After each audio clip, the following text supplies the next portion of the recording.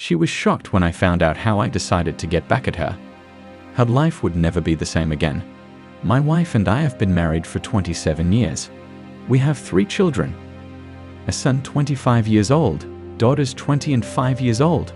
I am 50 years old and my wife is 47. I had my 3rd child at the age of 45, my wife was 42.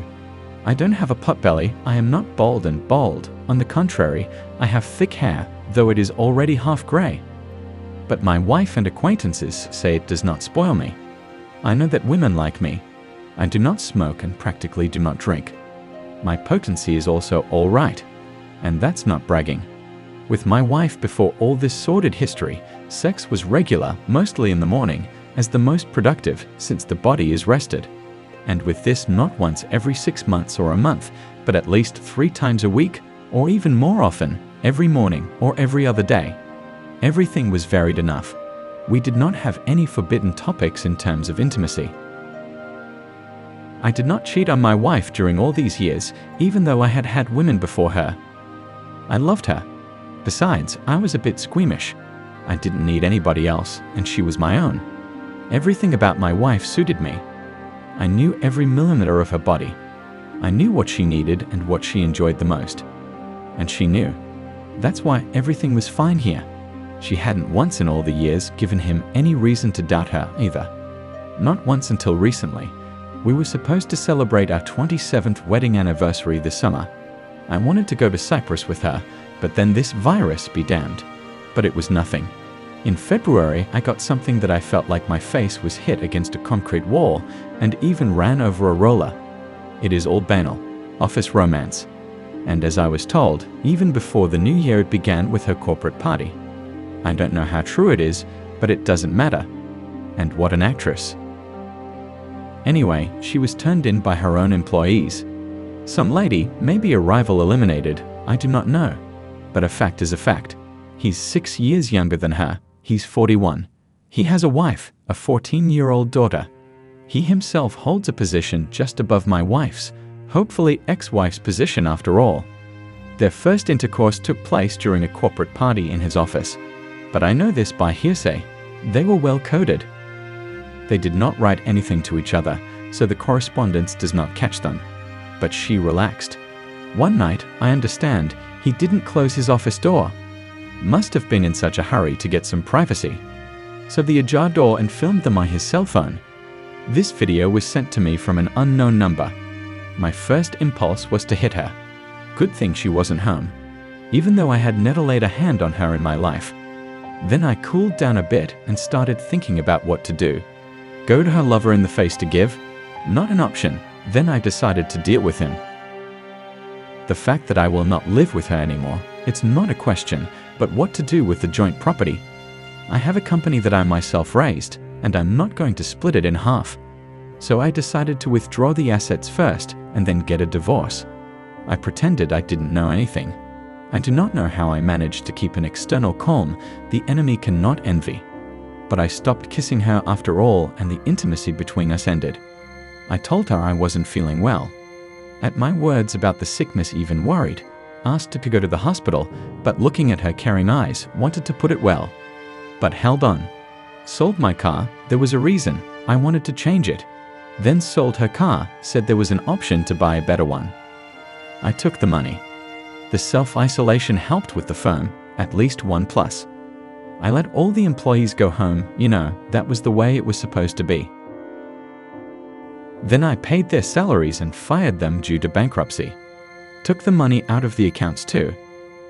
I started the liquidation procedure. At the same time, I started registering the same firm in my mother's name. Wife didn't know anything, waited for a cool car. We only have a 2-bedroom apartment in a new building, but there is nothing to do. But we will not divide this house. My wife is a bummer. The thing is, the land there belonged to my grandparents. They had a house there. The village is ruined, but the place is great. The river, the forest. Cottages began to appear. After my grandmother died, my mother inherited. The old house was demolished. Built their 2-story beautiful neat house, which my wife and I dreamed of since my youth. We actually lived in that house. I know my wife adores this house. Together with her, we planned everything there, planted a garden, beds with flowers, swimming pool. Well, I had one time to re-register it to myself, although my mother offered. Toward the end, my wife smelled something.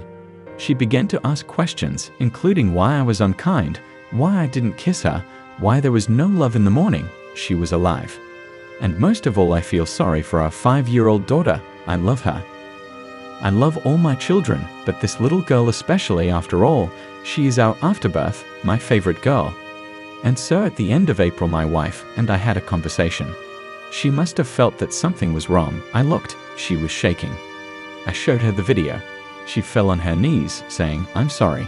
I asked her why. What was wrong? She said that she had made a mistake, that she did not understand what she was doing. Her son turned away from her. The eldest daughter was running back and forth between us. She blamed her too, and the youngest daughter did not understand why her parents did not live together. So she has nothing left. No car, no money, no company either. And what did she achieve by crossing out everything we had? People do all kinds of nonsense in life, and in the end, they call it fate. I recall the words of someone dear to me. I am the eldest daughter in a family with many children, and this is an obligation. Since childhood, I knew that I had to be an example, always tried to be the best, went to the other end of town in the best school physmatic. My parents were passive, and my father was never able to make it in life, although he had more than a chance. I have a sharp, explosive, strong character. I did not respect my father because he made me literally beg him for money. I was fiercely protective of my mother, and for that he often hit me hard, even though I resisted, and could slap him with all my might, with pleasure. I remember once, when I was little, about 10 years old, after he beat me with a chair, I swore to myself that I would break him and leave home, live an independent life, where no one would boss me around. There was no intimacy as such with my parents. I talked myself into transferring, persuaded myself to let go to study. For all my achievements, movement forward, desire to learn, to change something, I was not told a word. Although at school, and later at uni, everyone loved me and I was a leader. 3 years of frantic classes at the new Lyceum, humiliation from my dad's rich daughters, who for some strange reason did not like the fact that I dressed at the market. And I successfully get a grant in the best technical university. It seemed so then. Thought how much happiness and jubilation there was. The feeling that I had broken free. No need to grovel, to ask permission to answer the phone, to go out on the street because I was locked up, not allowed to communicate with anyone. Only in my second year, at the age of 18, I went to my first birthday party. You won't believe it, but I did. I arrived in the capital, bright, dynamic, ambitious. On the first day, in a huge mall, seeing all these rarefied girls in heels, I just realized that I was miserable, and that was it. How do I live on a stipend that is below the cost of living? I counted pennies. There was not enough for clothes, only food. And what about plans to go abroad, to graduate school? I could not rely on anyone. The dormitory was a shock to me. All the debauchery, the university turned out to be a place where people were living it up. I did not go out of the dormitory. The pair, hungry dorm library, on this life came to a standstill. The first semester, there were thoughts of work. But how to combine with the study? Wild fear, a strange city, loneliness, insecurity. Insecurity. Where do people live on such huge money? I am beautiful, even very beautiful. Big black eyes, long thick eyelashes, sharp cheekbones, regular facial features, shiny hair. Average height, classic female hourglass figure, small legs, and as Kuprin said, easy breathing. And when a girl is naturally beautiful, but poorly dressed and shod compared to her more well-to-do, mediocre peers, guys' choices hurt a lot. They love with their eyes and rags are shiny. At 17, eager to live life to the fullest and unable to buy a decent cream, he caught me. We met at the train station by some miracle. He didn't have time to buy plane tickets. My humble self was going home for the vacations. He was a former deputy minister of an industry in one of the Soviet republics, so to speak. In the present, a very successful businessman. A tall, handsome, grown man with a low, commanding voice, big hands, a real alpha male. Our seats were next to each other. A typical traffic conversation ensued. Further, I opened my soul to a stranger I thought I would never see again. How to live? What do I do to live well? To feel confident and secure. Moreover, I never considered marriage, although rich boys in Lexuses and Pradas more than once fell in love with a modest girl. He offered to help me with a job, since he owned stores, and said he had an acquaintance who could help. Honestly, I was very happy that I had found a man. It was only later that an unpleasant thought slipped into my mind that he was treating me differently. I will not describe what happened next. It would take 3 volumes, but there was the deprivation of virginity, getting expelled from university at the initiative of his wife, and pregnancy. Then an abortion. Ah yes, before that, the fabulous life that engulfed me, a knave fool of 17 years. Beautiful clothes, expensive cars, restaurants, flowers, the feeling of complete power over him. He adored me, a little girl, carried me in his arms, kissed his feet. And I was obsessed with him. Everything that began with a desire to find a patron, ended with a frenzied passion, an overwhelming desire to belong to him. Who knew I could be so passionate? He opened a new space into which I immersed myself. Life changed. I transferred to another university, which was much better than the previous one, and stronger. I studied, closed the difference, began to learn English, worked out at the gym, rested wherever possible. I stopped counting the money. He paid for everything. I helped my parents, bought things for the house, spoiled my siblings. During the breaks, of course, there were violent quarrels, scandals, sobs at classes. But for me, the choice was already made. It was better to love a grown-up man than to love a peer sitting on a park bench. 3 years had passed. I was about to graduate, and suddenly I realized that my feelings were gone.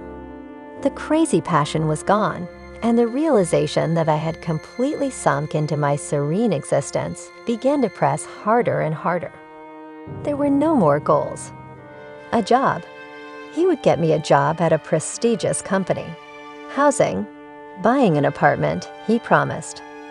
A car. You'll get your license in the summer, and we'll buy a little car for my favorite girl. During this time, he left his wife several times and wanted to marry me. But how? I'm 20 years younger, and my parents wouldn't accept him. He has a wife and children. I told him it was better to wait and split the company in half, or the prenuptial agreement would leave it to her. Yes, pragmatism is in my blood, except from whom the hell it comes. I got tired of their marital problems, his jealousy, and left. A year after we broke up, I got a job on my own. I provide for myself, rent an apartment, pay for English courses. There's a major exam in 2 months. I seem to have enough for everything, but the former scope is gone. The guy I'm with now is a year older than me. We graduated from university together. At the beginning, he seemed so smart and capable, and now I see that he earns less than I do, and there is no progress at work, although he has been working for the 3rd year.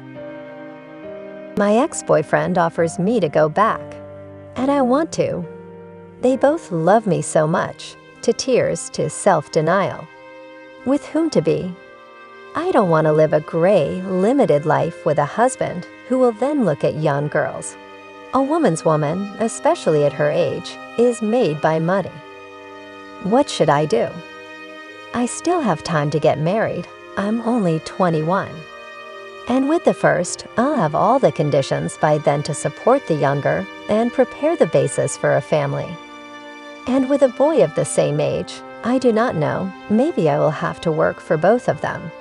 Although he is very good, kind, noble. But they don't give money for that. As for my feelings, I think I've grown cold to both of them. Everything hangs on what they do. And I'm like a pendulum, back and forth.